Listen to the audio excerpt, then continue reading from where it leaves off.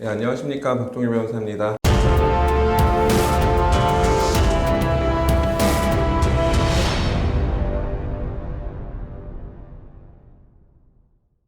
제가 지난번 영상에서 층간소음과 관련해서 소음 방지용 망치 같은 거 이용해서 아래층 거주자가 위층 거주자의 천장, 특히 화장실 부분을 이렇게 두들기는 행위는 범죄가 될 수 있다, 이런 영상을 말씀드린 적이 있어요. 물론 최근까지도 커뮤니티 사이트에는 이런 망치로 보복을 해라 이런 내용들이 올라오고 있지만, 최근에 나온 대법원 판결에서도 망치를 두들기는 행위, 아니면 찾아가서 항의하는 행위, 전화하는 행위, 이런 모든 것들이 문제가 될 수 있다.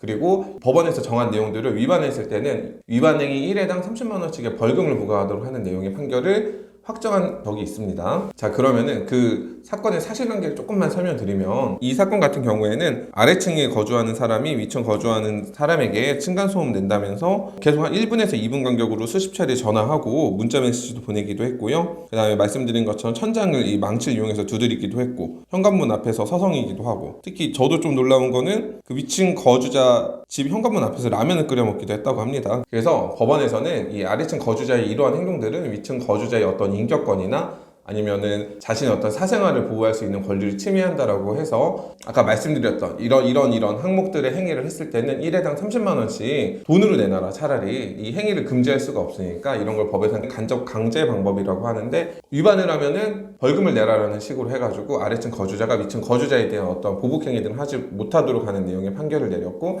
이러한 판결이 대법원에서 확정이 되기도 했습니다. 그러니까 물론 층간소음 당해보신 분들은 굉장히 힘들죠. 층간소음 경험하게 되면 다른 집으로 이사하는 것까지 생각하시는 분들도 많은데, 설령 층간소음이 심하다고 하더라도 이 법의 테두리 안에서 내가 행동을 해야지, 그렇지 않고 무심코 인터넷에 있는 내용들 아니면 주변에서 하는 내용들만 듣고 실행을 옮겼을 때는 이렇게 큰 법에 저촉되고 벌금을 물게 될 수 있는 상황이 발생한다는 점을 좀 기억해 두셨으면 좋겠습니다.